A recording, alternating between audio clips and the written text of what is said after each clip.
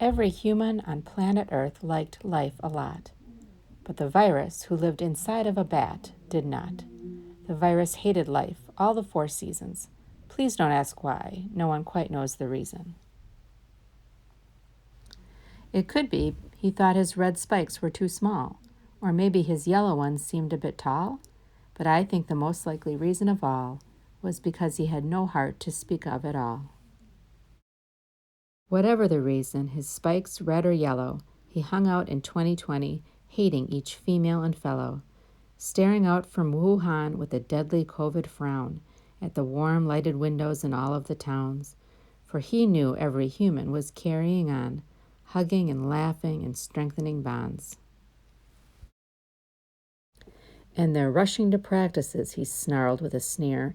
Piano, dance, gymnastics, soccer, baseball, and cheer. I can't stand all these joy-filled parties and greetings. I must stop these annoying humans from meeting. For each weekend he knew, all human girls and boys, all grown-ups and kids would play with their toys. And then, oh, the noise. Oh, the noise, noise, noise. That's one thing he hated. The noise, noise, noise, noise. Then they'd gather at restaurants and sit down to eat. And they'd eat and they'd eat. And they'd eat, eat, eat, eat. They'd eat burgers and pizza and ice cream and meat. They would eat until they were full right down to their feet. And then they'd do something he liked least of all. Every man, woman, child, the tall and the small, would stand close together, all laughing and talking. They'd hold hands and dance, sing, or start walking. They'd joke and tell stories. They'd giggle and cry.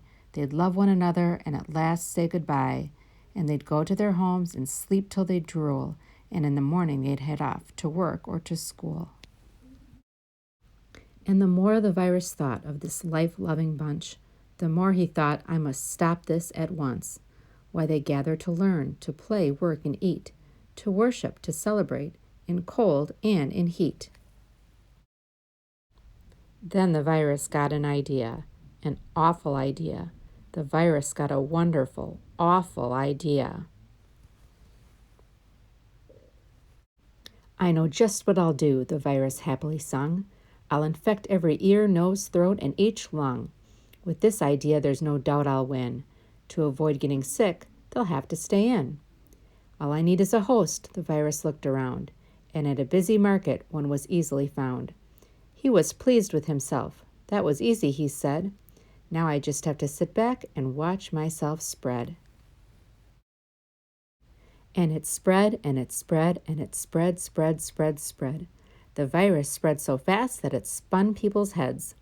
And the virus relaxed with a satisfied beam as he watched people panic and self-quarantine.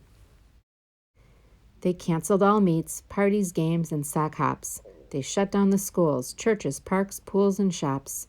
They no longer went to restaurants, clubs, or cafes. They hid in their houses all the nights and the days.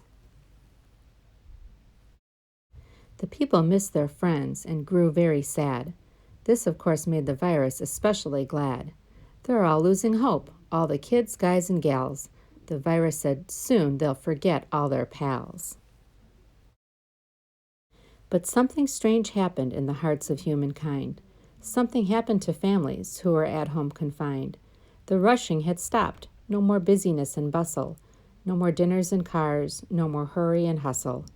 Families stayed home. They played games and read books.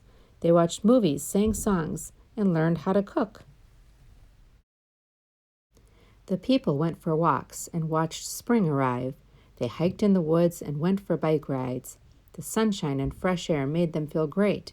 It helped them sleep better. Some even lost weight.